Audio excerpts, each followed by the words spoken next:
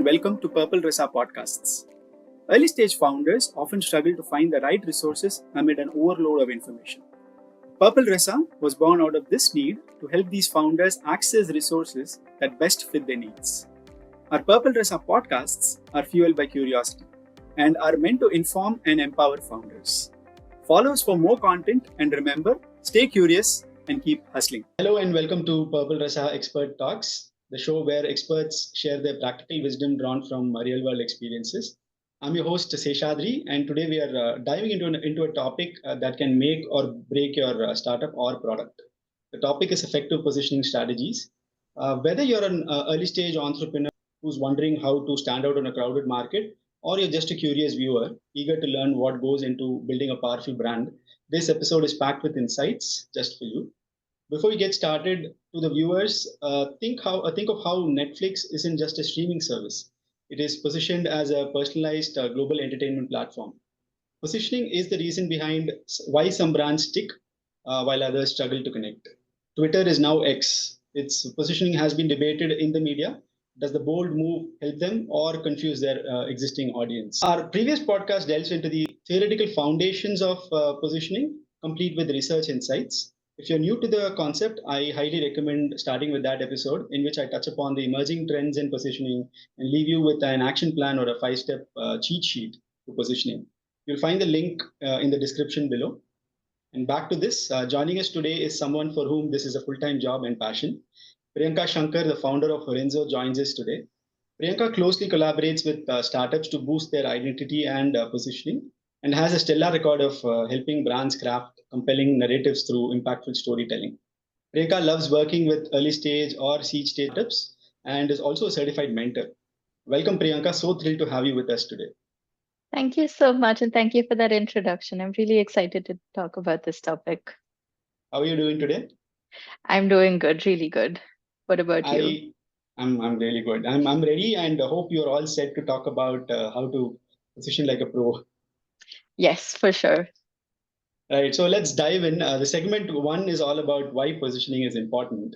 So Priyanka, for our listeners who might be new to this, can we start by explaining why positioning is so important? Okay. So the way I think about positioning is to look at it as the context with which people understand your product.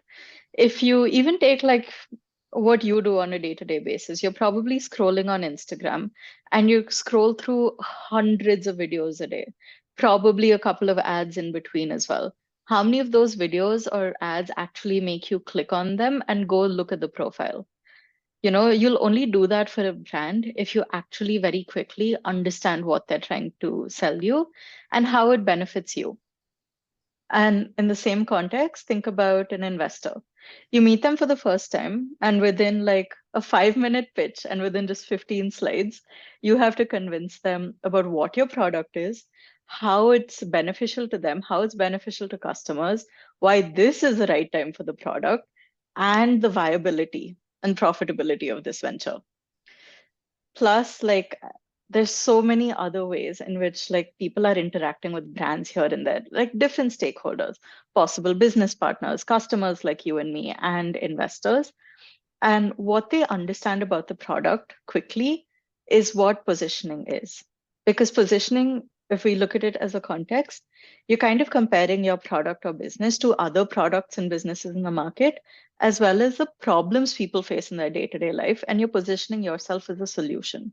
So it's about how effectively you communicate your business as a solution and how clearly you make them understand that, hey, you have this problem, my business can help you and it can solve this problem well. So I think that's like usually uh, the most useful definition I think of positioning as. I know there's a bunch of definitions out there that you can read in a bunch of books and textbooks, but at the simplest thing, it's just the context with how people understand your business. That's an amazing way to start. And have you noticed any misconceptions startups have about positioning? For instance, do some of them confuse it with a tagline or a logo? Oh yeah, like always, I think one of the common things people be like when I'm talking to startups, they'll be like, Oh yeah, positioning. I already have a positioning statement. And usually when you do all these like workshops or you get these ebooks or something, they'll give you like a fill in the blank type of thing where like my business does X for Y better than Z. And the thing is that doesn't fully capture the essence of what positioning actually is. Because for example, you can say you can call like Uber or something as a I take people from this point to this point through cars that are not theirs. Or you can talk about it in the context of, oh, if we help you get from here to here quickly with great prices, etc., and no matter of 5 minutes, you will have a car at your doorstep. That's the kind of positioning. When you have to show like the advantage, you have to compare with other people in the market. All of that comes into positioning. And even like confusing like a tagline or a logo with positioning, they think, oh, now I have this branding set up. No one can copy me. No one can do this. I've positioned myself in the market. But at the end of the day, people don't really understand or know you. And that's not effective positioning then. Yeah, my earlier podcast was all about how positioning is different from this, and some people even confuse value proposition with position. So Yeah. that's something that I've also tried to cover in my earlier podcast. And to the viewers, if you can remember any large brand that struggled due to poor positioning. For example, in the 1980s, I remember Coke came up with a new Coke positioning and it failed. Maybe viewers can read about why their positioning failed to connect, or even back home some examples like Nano's positioning failed to connect with the target audience, and that reflected in the poor sales numbers in the initial years. And then later they went on to correct it. Leave a comment if you've read up about such instances. And Priyanka, it's not just about what you sell, but how you probably want to make people feel about what you sell. Exactly. Exactly. All right. Moving on to the next question. When should entrepreneurs start thinking about position? One question I know a lot of entrepreneurs wrestle with is timing. What stage is the right stage to start thinking about positioning? And should it be during the idea stage, after launch, or somewhere in between? So one of the things that a lot of startups, like the flow that they follow, is that they have some ragtag thing put together. Their focus is on raising investment, and then they focus on their brand strategy, their marketing, their positioning, and all of that. That usually for them comes after investment or after they've started selling the product to people. But I think even as a founder, you have to start thinking about positioning quite early. I think the wrong time to start thinking about positioning is when you haven't tested your product with users and you don't really have enough feedback from them of how they understand it, how they use it. And so you don't have a definite product like roadmap or timeline for the business. But I think the best time to start thinking about it is as soon as you've started trying to quote unquote pitch your product to other people. Either this is early adopters or investors or accelerators or just even like friends or family if you're wanting them to invest. How you like all of these are touch points, and whether you know it or not, in every conversation you have about your product, you are positioning it. People are forming some opinion or the other about it, but actually doing the work for positioning and having some sort of foundation for it at least gives you that advantage to make sure you don't have to go back and re-explain to people like, oh, I know you kind of understood it that way, but actually this, or having to field like multiple questions with people about what your product is. um, I'd say at the early stage, it's hard to actually put money into hiring a professional for all of this because most typical branding agencies charge a lot of money for this, which is why founders do it at a later stage. But if you do kind of invest in it earlier and try and like even our approach is kind of how do we streamline it at Horenso. But the way we do it is actually just taking into account all of these few quotes and things that you have from customers, looking at market trends, seeing how investors will actually understand your product. Start looking at it through their eyes because the goal is for you to have as short conversations as possible about your product. You want people to understand it very quickly. So as soon as you feel like, oh, this is taking too much time, or they're asking me too many questions, or no, I don't want them to think this about my product, like that's when you know. Like that's when it's like you should have started yesterday. Hmm. And imagine an entrepreneur who hasn't considered positioning and has already launched their product. So, what are the first steps they can take to correct this oversight? I think if you've already launched, I know a few startups who've done this, and it's not the worst thing. Each startup takes a different course, so it's just somehow it just happened that way, and it's okay. But I think the first thing you need to do is sit down with either your team or stakeholders or anything, or just with yourself and start making like a clear list of what you like about what people understand and what you don't. For example, do they see, like, for example, some companies don't, if their advantage over the market is price, but they still don't like that people are seeing them as a cheap product, that's something that you can note down as a founder. Just start looking at all the ways your business is perceived, all the questions, sort of like an FAQ that people usually have, or the constant objections that people have to saying yes to you. Is it price? Is it service? Is it long-term care? Start thinking about all these aspects and making a huge list of all of it. And that's kind of where you know that your positioning isn't working. So your first step is now knowing what doesn't work and what you want instead. And now you have a long list of what you want instead. The next step would be to start looking at market trends. What things are happening in the market or in investors' minds, or what's at the top of people's minds that will actually get them to understand this? What correlates with this list? Because you need to just pick a few. You can't be everything to everyone. So I'd say starting there makes a lot of sense. And Mm. then you kind of, I think later we'll also talk about how to actually go about the whole positioning process. But having an idea of what's working and not working is a good step one, and just being able to scope out how much work actually needs to be done. Because sometimes if you've managed to get the positioning right, usually when you've been working closely with customers in the development of your product, then great. You're bang on. You don't need to put any extra work into this. But if it's not, then it's just time to take a few steps back and like assess where that is and see how much work needs to be done.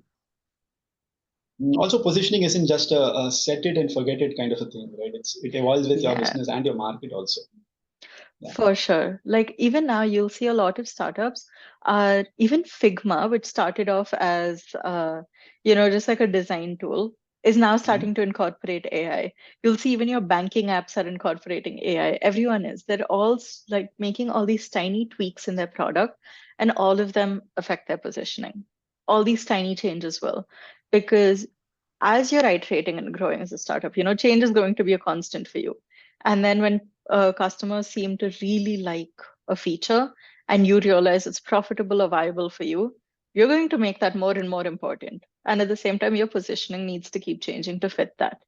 And as well as like some time ago, some people wouldn't have thought of like sustainable or free market, sorry, not free market. What is the word? Okay, sustainably sourced materials, or ethically sourced materials is a big deal. But then as you grow as a founder and as your company grows and you start incorporating that, all of a sudden that needs to be a central point of your product. So that's just something that will 100% keep changing. It's in flux, but you will have like certain touch points that about your business that usually won't change for about like 5 to 10 years. All right, let's move into the action part of it. How to approach positioning or a step by step guide. Now let's get I mean getting into the practical side of things. Is there a step by step process that you propose or listeners can follow to create an effective positioning strategy? For sure. I know this is my day job, but I like being open about this because I think it's really important for founders to go about this, to know how to do it. And I think to some extent, at a very early stage of your business, you 100% can do it yourself. I also have a few like guides and checklists for this, which I think you can just link in the show notes. I can send it to you later. But with my step one, so now you have that list that we talked about before, where you kind of know what you want to change about it. You just keep that list to the side, and then you look at the most important aspect of your business first, which is the audience. Um, a lot of companies do this, including Amazon, whenever they launch a new feature. They do this thing where in their meetings, they create this like fake person, give him a name, give him a whole story, and start thinking about how that feature affects him. And you kind of have to do that too. This is in most like product development, you'll probably talk about like user personas. That's the same thing when you think about it in your marketing or positioning. Create this persona, give them a name, an age, a job, a salary. Start thinking about what their behaviors are in the context of your product. What behaviors of theirs do you want to change? What pain points do they have that are not being solved by the market currently? And like what time of day, at what context will they use your app or service or product? Start actually noting down all their behaviors and start thinking about the language that they use as well. How do they describe the lack of this problem? Is it frustrating? Is it disappointing? Is it annoying? Start noting that down as well. And then once you have this whole persona set up, your next step would be to start thinking about your company, right? Why did you start this? What was your driving mission for this? Um, why are you the right person to solve this? Or why is your company the right person to solve this? And then you kind of look a bit further ahead. What unique advantage does your company or business have that other competitors don't have? What can you do just so much better than anyone else? And this can be in the context of your story as a founder. This can be in the context of your processes, or it can be like the skill set of your team, price. There's so many different examples. So now you kind of have this whole like database of just thoughts, right? Of audience behavior or customer behavior, the language they're using, what they're thinking, your business, why you started it, the purpose, all of that, and your advantage over competitors. Once you have these three, the next thing is to start looking at what language will your audience actually be using. You can do this by searching for like the popular search terms on Google that are related to this, looking at forums. Reddit is a great place for this because people love to complain on Reddit, and that's what you want to find, you know. Find where people are complaining about the same problem that you're solving. And then start also thinking about in the context of the unique advantages, how exactly you differentiate yourself. Either this can be, you know, price point. Are you like a Tata Nano or are you a Rolls Royce? Like, are you luxury or are you common man? Or start thinking about it in terms of language. Are you sophisticated or feeling more than language? Are you sophisticated or are you fun and easy to hang out with? Start thinking about that kind of life force that your product has, and then you kind of have what you need to start working on your positioning. That's all the like background homework. And then the first thing that you need to realize is that your positioning is not about you. That it's absolutely not about you. And that's something a lot of founders get wrong. They talk about their product from their perspective as a founder because you're so used to it. That's the only thing you're so like tunnel visioned and focused on. But you actually need to start talking about your customer more than your product. Instead of positioning your product as an app that does XYZ, you take one step behind and you go, most people in this industry struggle with XYZ. You start talking about that first. You really clearly state a problem, and then you start talking about what people really need is a product that does ABC. This need is not met by the market because most competitors focus on this instead of what we focus on. You know, you start comparing and contrasting and talking about the customer, putting them at the center of everything. So that's usually like the typical positioning process. That's basically what you need as an early stage founder to start and have that product positioning. If you want to take it one step further, there is this great book by Donald Miller called Building Your Story Brand. And that helps you create like this nice 7-step narrative or like brand narrative, but it's really just a story where we put like your target audience or customer the center of the story, and like they're the hero and they have to fight this big villain, which is a problem that they have to reach a certain goal. And you just step in as like their Obi-Wan Kenobi or Dumbledore and just give them a bit of guidance or the tools that they need to solve that problem. And so it's a great resource. It's really easy to follow. You create that 7-step story brand, and then that's basically your positioning. Beyond that, you can do what all the accelerators teach you about condensing it into that positioning statement or tagline. But by then, you'll have a clear idea, and clarity is the most important thing you need for positioning, more than fancy statements. That is really actionable. I especially love the idea of some of the examples you took, and of course the positioning. A lot of these accelerators, they do say that it is the north star for your brand. But once you get these hygiene aspects right as an early stage entrepreneurs, and what you would ideally do when you design a product, it's the same mentality that you put in when you try to identify who you're building your positioning for. It's the same audience that you built your product for. So there is not much really to deviate on. You've already done the job. But hey, I run this YouTube channel. Would any of these steps change for me? I don't think so, but I think even running like a YouTube channel, the good part is that you know that you're always telling a story. I think with most founders, at least if they're technical, they're always thinking very analytically. They don't think about this in this like creative sense. So I think that's the only thing that's the only reason why I say it so verbosely.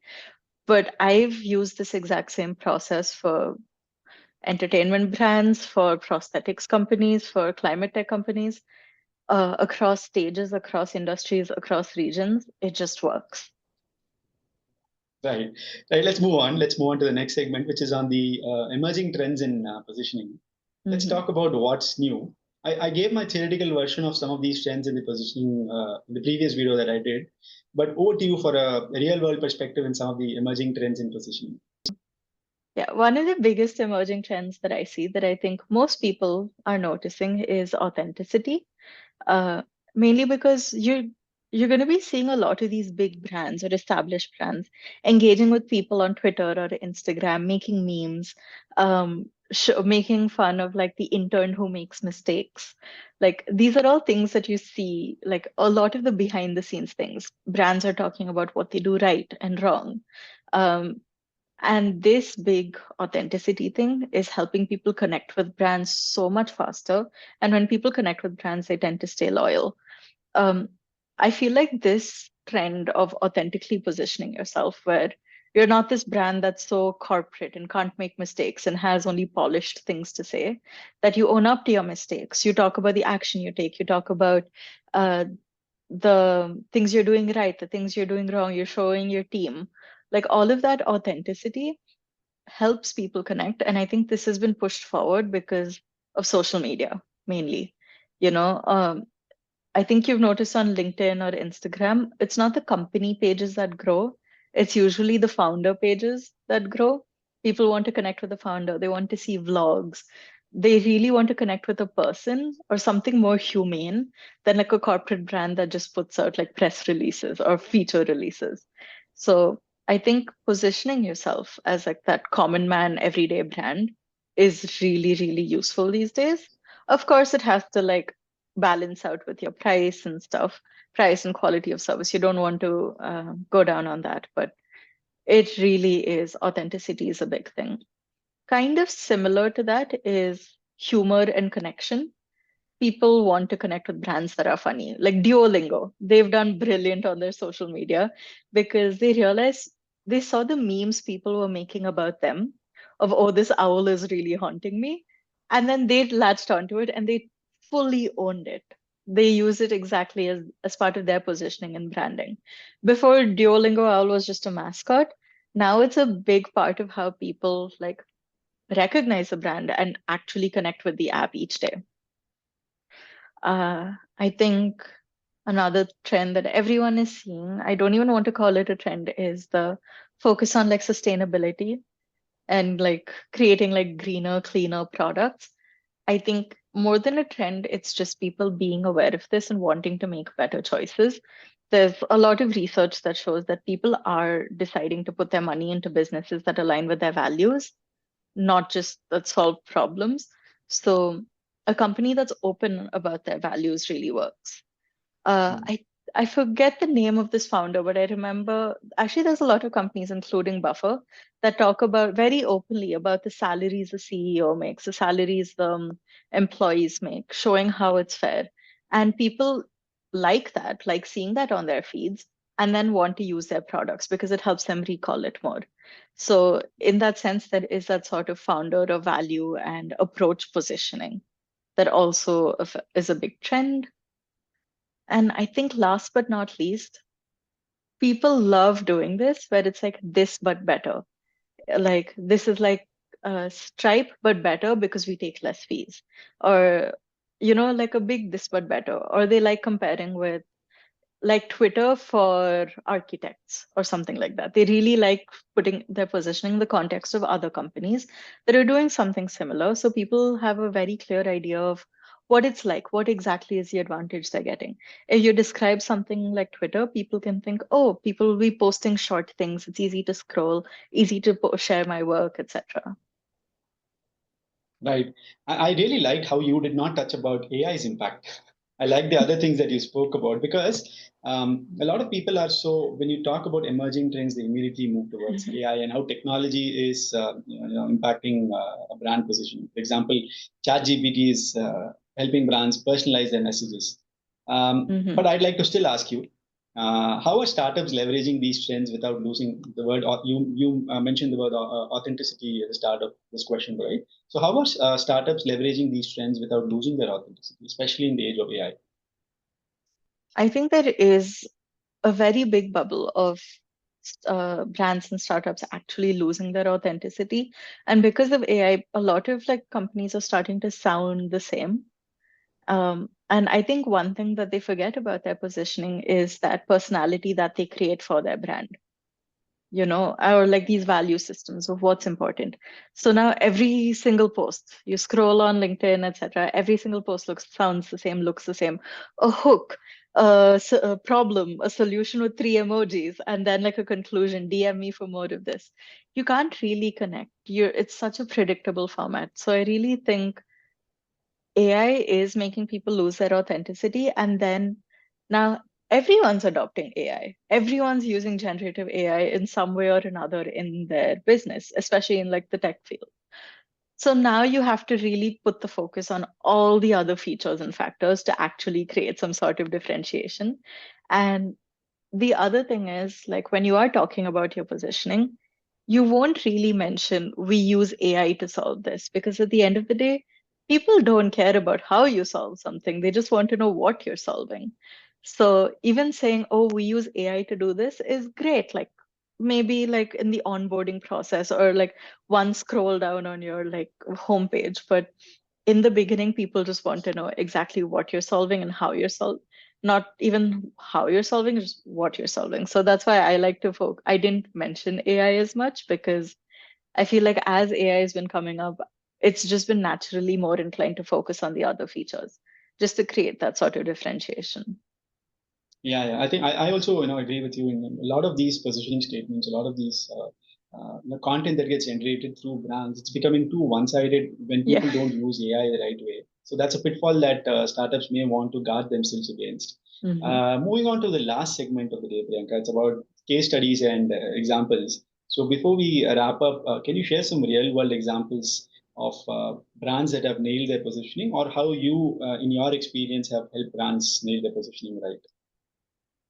So before I kind of talk about the brands I've worked with, one example that I love thinking about is Airbnb. Like a couple of years ago, Airbnb was just room rentals, or house rentals for a day, a night, a night, like a couple of days. It was just a thing, and you'd always have some people that were like, nope, I just prefer to stay in hotels, and so they never even touched Airbnb or went that way. And they kind of described it as, when the founders first launched it, as just that people can rent out spare rooms and helps them make some extra money. But then in the last few years, they realized that the people who were using it, they looked at their target audience. The people who are choosing Airbnbs over hotels are people who like to travel a lot and not just be tourists, but they like to be travelers. Like, that difference. They like to really immerse themselves in something. Um, And this has usually not much to do with budget. And they realized that traveling in that sense became a part of people's lifestyles.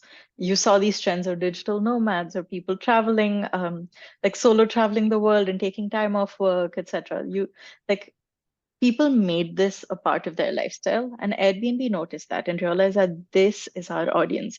These people just don't want, these people want experiences and to feel something and not just stay the night somewhere. And so they kind of worked on their positioning and called it belonging anywhere. And I think that is so clear and beautiful because it kind of shows you exactly what people want to feel. These are people who like to explore and feel that belonging rather than taking pictures and just leaving. It shows you that people are able to connect with culture and local living and stuff through Airbnb. And it doesn't feel like some sort of remote, removed like experience, but something a bit more part of the life in that place you're traveling to.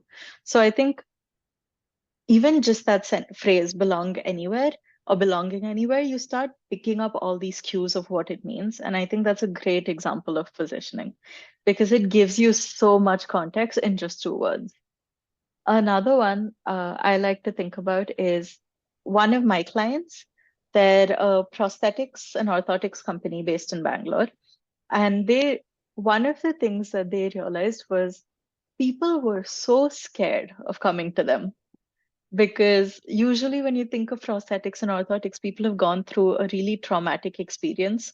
People have they've already spent a lot of money in like the injury, the recovery, all of that.